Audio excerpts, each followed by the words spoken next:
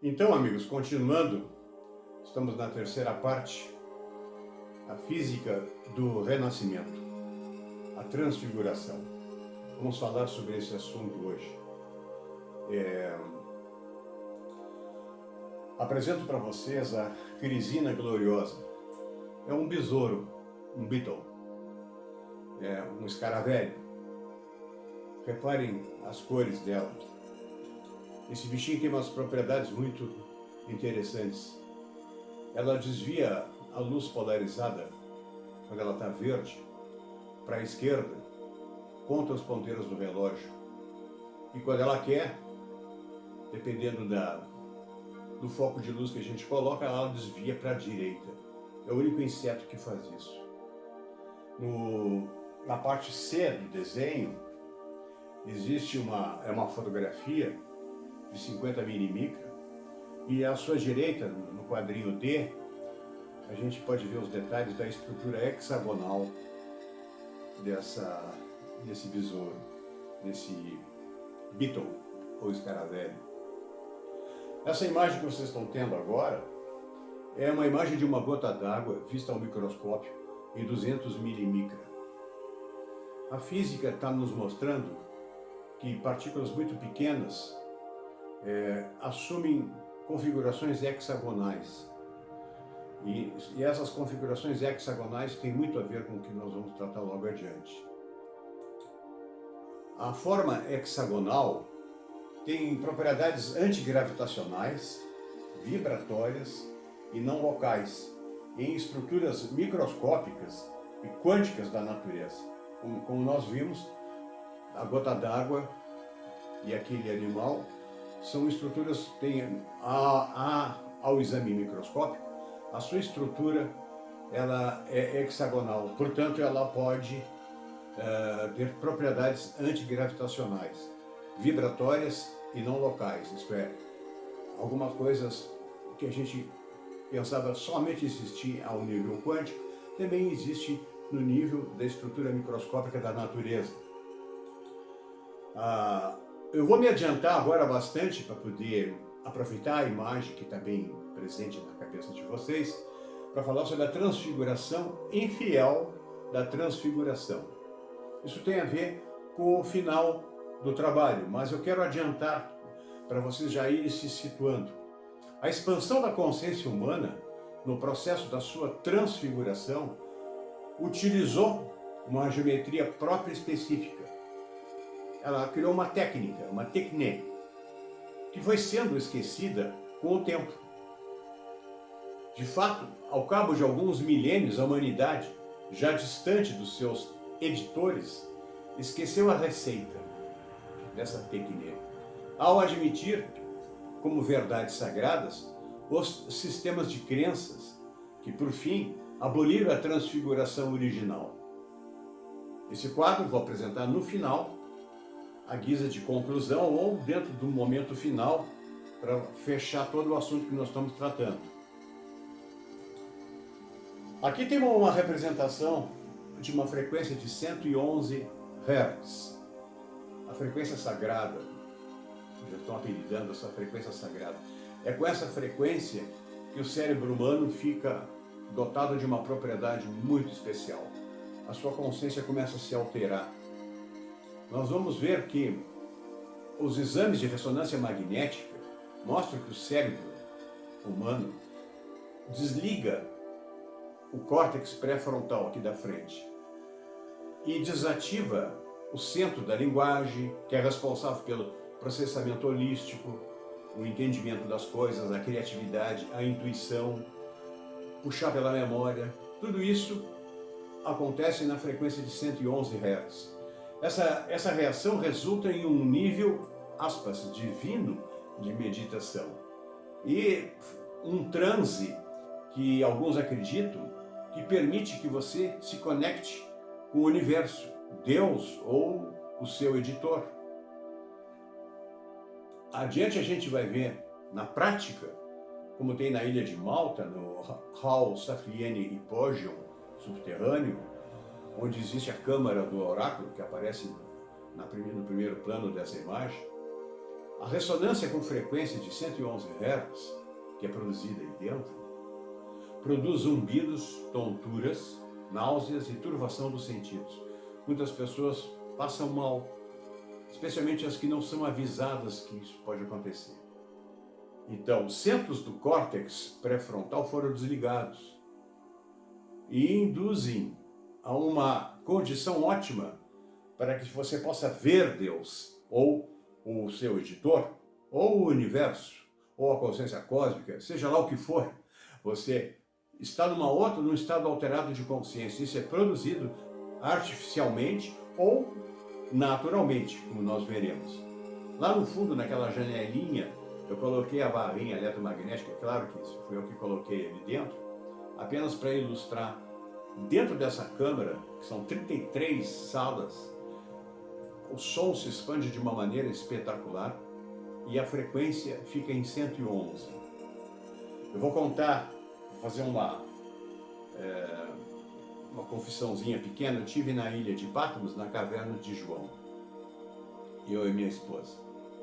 Ficamos lá uns 7 minutos, só nós dois. É uma sensação parecida com essa aí. A gente tem a sensação que a gente está num lugar sagrado. Estamos num lugar que a gente fica com a respiração um pouco pesada. A gente sente o ambiente. Isso está descrito assim centenas, milhares de vezes em lugares sagrados espalhados pelo mundo, em templos antigos e até em templos modernos, que consegue ainda manter essa tradição. Essa tekné foi feita quando o homem começou a ser instruído a fazer aquilo que os seus criadores, seus editores, sabiam fazer bem. Nesse instante muito remoto da história da civilização humana, algo em torno de 15, 12, 13 mil anos atrás, não um besterol de 5, 4 mil anos, uma história fajuta conta, a gente percebe que em alguns lugares ficaram mantidos, inclusive as religiões mudaram, mas os templos, os lugares permanecem os mesmos. E com a mesma intenção, porque esse é um lugar quente, é um lugar onde ele é diferente, é um hotspot, é um ponto quente. Isso não pode ser desprezado. Vamos tratar disso também com mais detalhe mais para o final da apresentação. Também na ilha de Malta tem o templo de Mnaidra. As paredes desse templo são todas furadinhas, como uma colmeia de abelhas. É evidente que lá dentro também tem o mesmo efeito dos 111 Hz. Eu coloquei o desenho da gota d'água no microscópio ali dentro para mostrar que lá dentro desse templo, quem o construiu sabia o que estava fazendo. Usou um material específico para isso. Provavelmente alguma pedra pume de vulcão, que é fácil de mexer, mas criou o ambiente. Essa é uma técnica de criar um ambiente que propicia a meditação, a transfiguração, propicia o contato com a divindade. A era que isso aconteceu, então, 12 mil anos atrás, até 5 mil anos atrás. Essa é a era da transfiguração. A partir dessa data de 5 mil anos atrás, portanto 3 mil a.C., as coisas começam a diminuir. O mundo começa a ficar mais material. As teocracias da época, em 3 mil a.C., elas já estão burocratizadas. Já existe luta pelo poder, existe poder político, poder militar, poder econômico. E isso cada vez restringe mais a vontade de quem quer sair da sua própria natureza, encontrar uma natureza superior e voltar para contar a história. A transfiguração é exatamente isso. As tradições pagãs, como a egípcia, a polinésica, a andina, indo-chinesa, mesopotâmica, mesoamericana,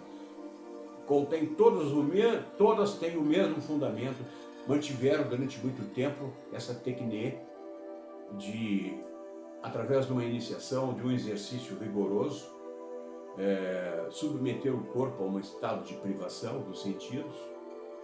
Isso pode ser feito voluntariamente, e a pessoa transcende, ela vai ao encontro do outro mundo. Cada tradição à sua maneira.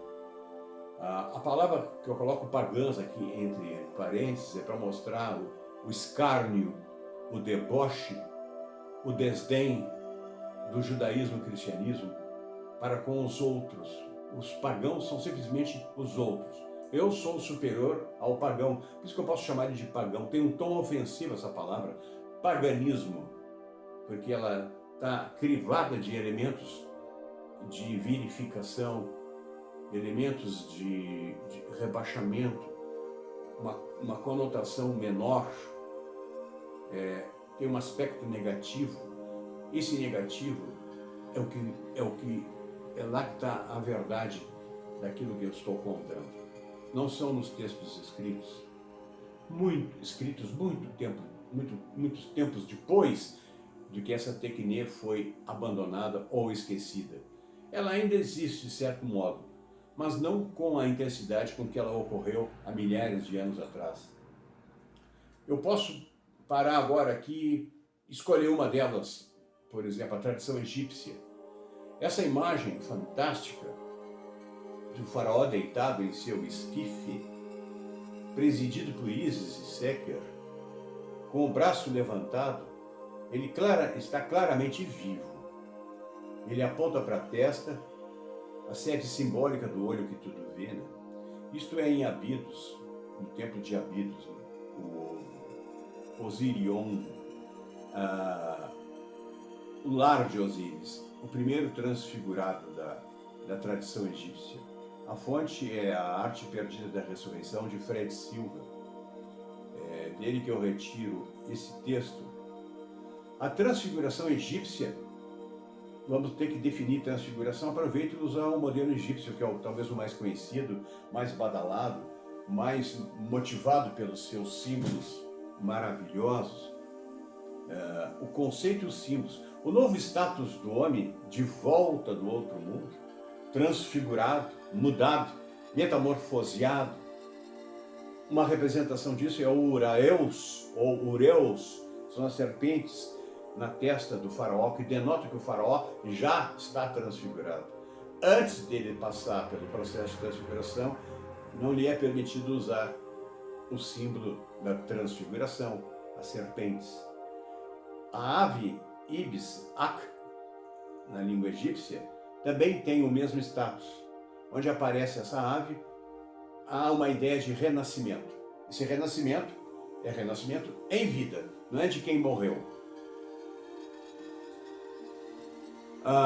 Do texto de Morte e Ressurreição, Iluminação do Corpo de Luz, um autor americano, agora recentemente, em 2018, publica um artigo numa universidade americana, falando dessa tradição da transfiguração. Então ele aqui enumera, eu achei muito interessante, muito didático isso aqui, porque a transfiguração, ela tem nomes diferentes de acordo com as tradições, com as diversas tradições. Por exemplo, na tradição cristã e no judaísmo esotérico, é o corpo que ressuscita, o morto que ressuscita. É o corpo glorificado. São Paulo chamou de corpo celeste ou corpo espiritual. No sufismo, que é aquele misticismo islâmico, o corpo é o corpo mais sagrado. No taoísmo, é chamado do corpo do diamante. Aqueles que o alcançaram são chamados, então, de imortais e caminhantes nas nuvens. No budismo tibetano é chamado de corpo de luz. Em algumas escolas de mistério, na Grécia, é chamado de corpo solar. No rosacrucianismo, é chamado de corpo de diamante do templo de Deus. No tantrismo e na yoga, é chamado de corpo Vayara, melhor. O corpo adamantino, o corpo divino. No Vedanta é chamado do corpo supercondutor. Muito interessante isso aqui. Isso aqui eu tenho que estudar a parte da Vedanta Advaita. No Kriya Yoga é chamado de corpo de bem-aventurança. No gnosticismo e no neoplatonismo é chamado de corpo radiante. Na tradição alquímica, a tábua da esmeralda chama de glória de todo o universo, o corpo de ouro. E no corpos herméticos é chamado de corpo imortal, o soma atanaton. E no Antigo Egito era chamado de Ak, simbolizado pelaquela ave Ibis. Aqui tem um desenho que está numa parede de um templo egípcio, um faraó bebendo a água azul de lis.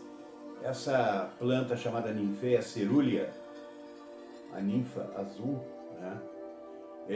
Ela dá um torpor, é um alucinógeno que ajuda a induzir uma viagem para o outro mundo. Assim como se faz até hoje, alguns xamãs espalhados pelo mundo usam drogas para esse tipo. Eles exploram as propriedades da natureza,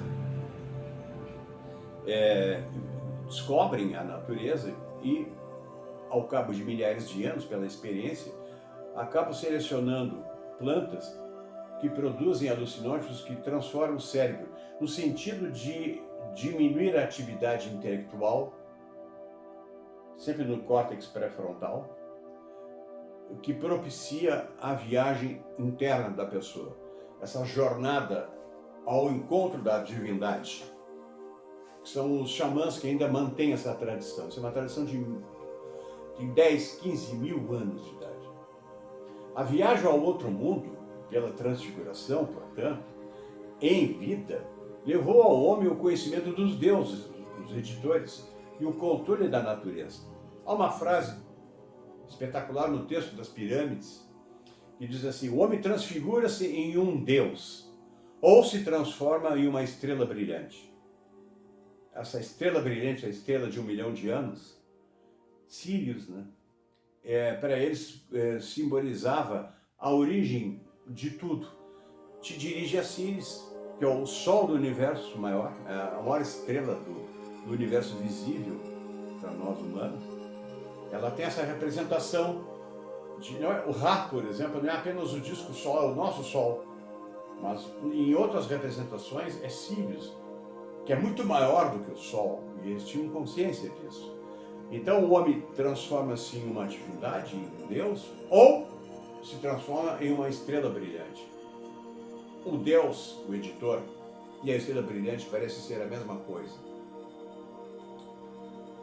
7 sábios sobreviveram ao dilúvio. Foram os Senshur, seguidores de Horus. Eles reconstruíram o mundo antediluviano. Isso aqui é uma das descidas dentro do templo de Edfu, o templo consagrado a Horus. E esse é o texto dos construtores. Lá conta-se a história que de 7 ilhas, em cada ilha existia um sábio.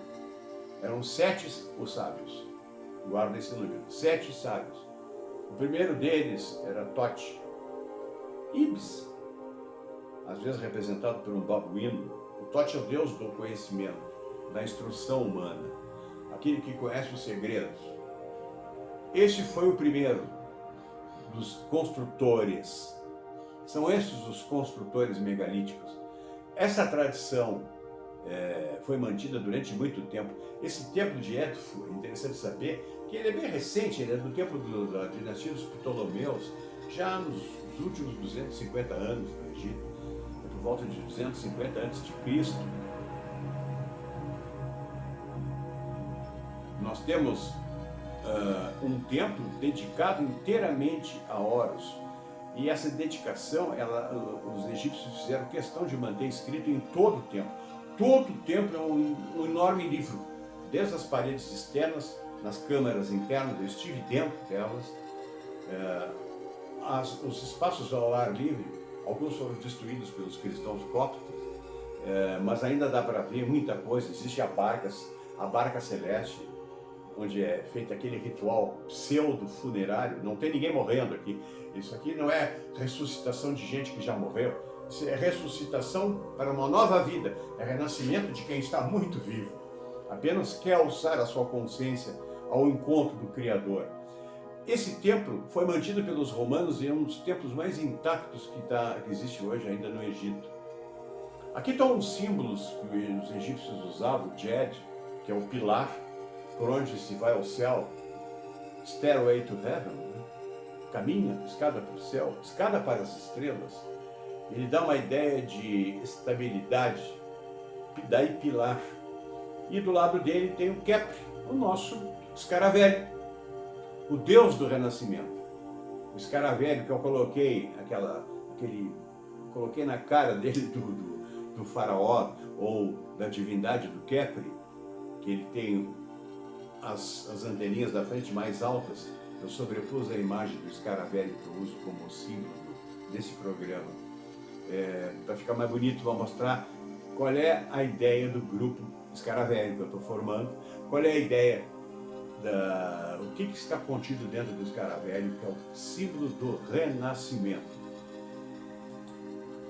O ponto focal do culto da ressurreição de Osíris é em Osírion, em Abidos. Aqui tem uma imagem belíssima do templo de Osíris, subterrâneo, está sempre alagado.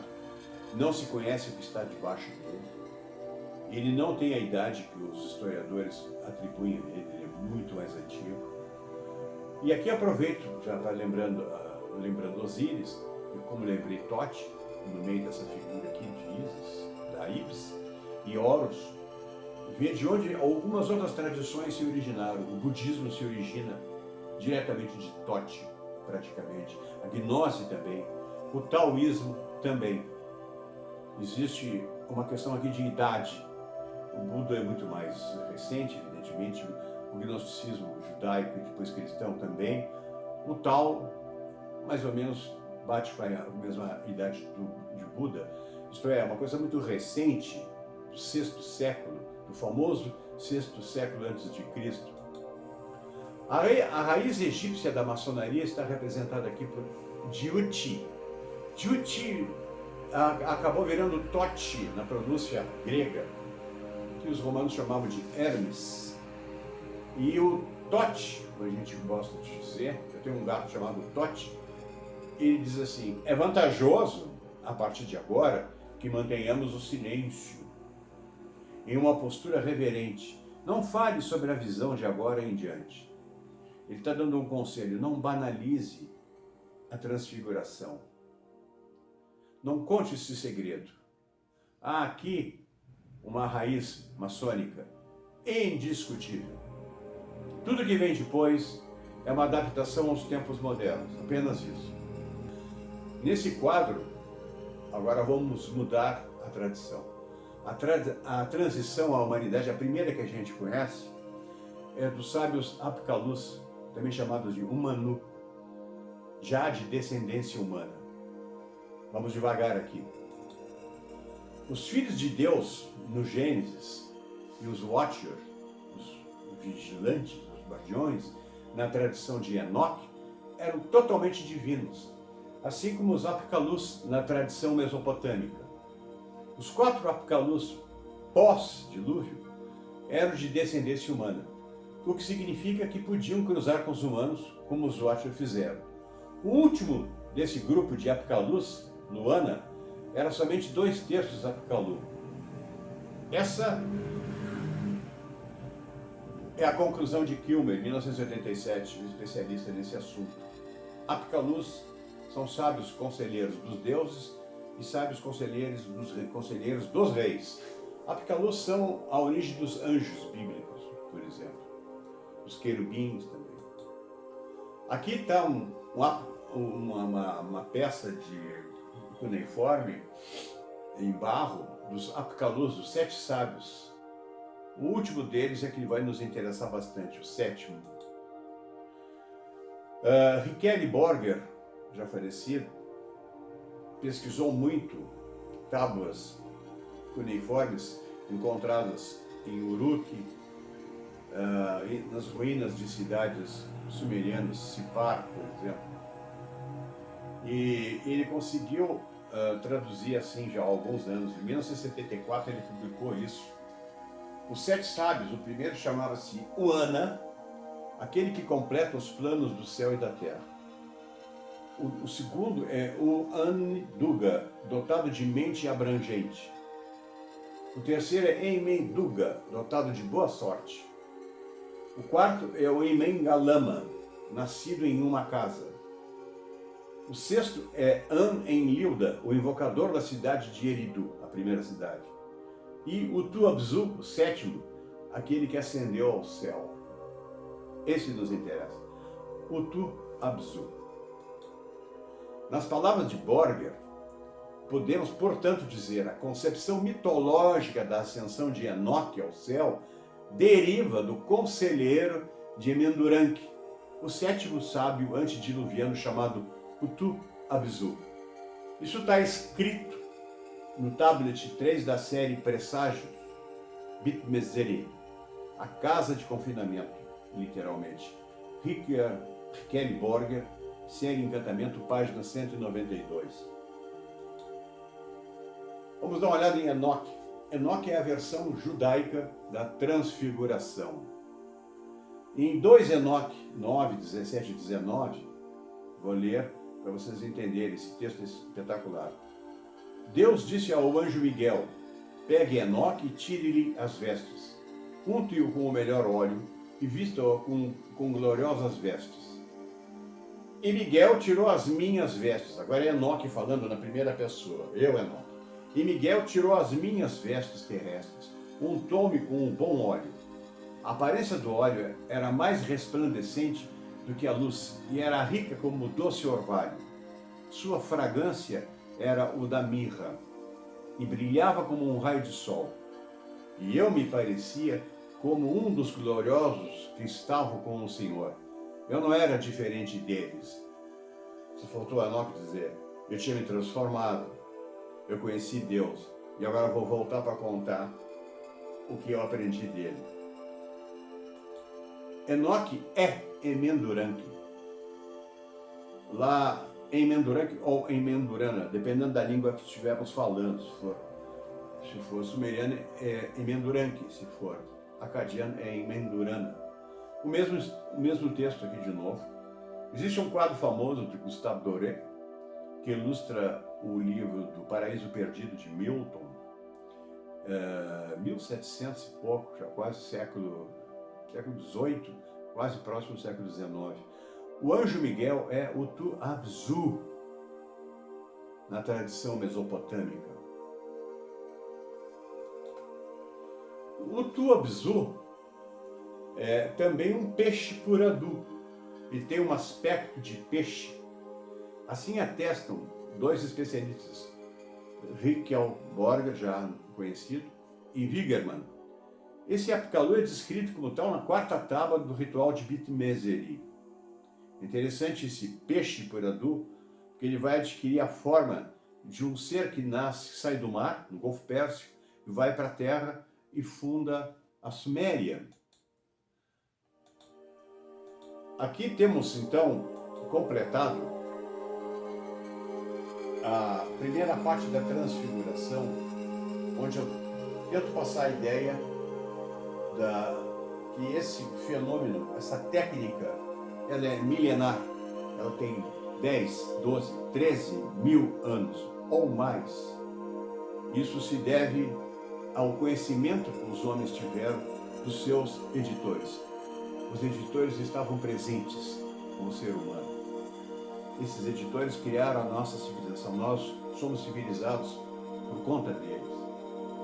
O mais que hoje sabemos é um amontoado de mentiras históricas e pré-históricas. Os sistemas de crenças ocidentais estão também se desvendando, já não estão se escondendo mais. Já há sinais de alguma revelação nesse sentido. Mas há um cheiro ruim de 2.700 anos no ar. Essa é a minha conclusão parcial.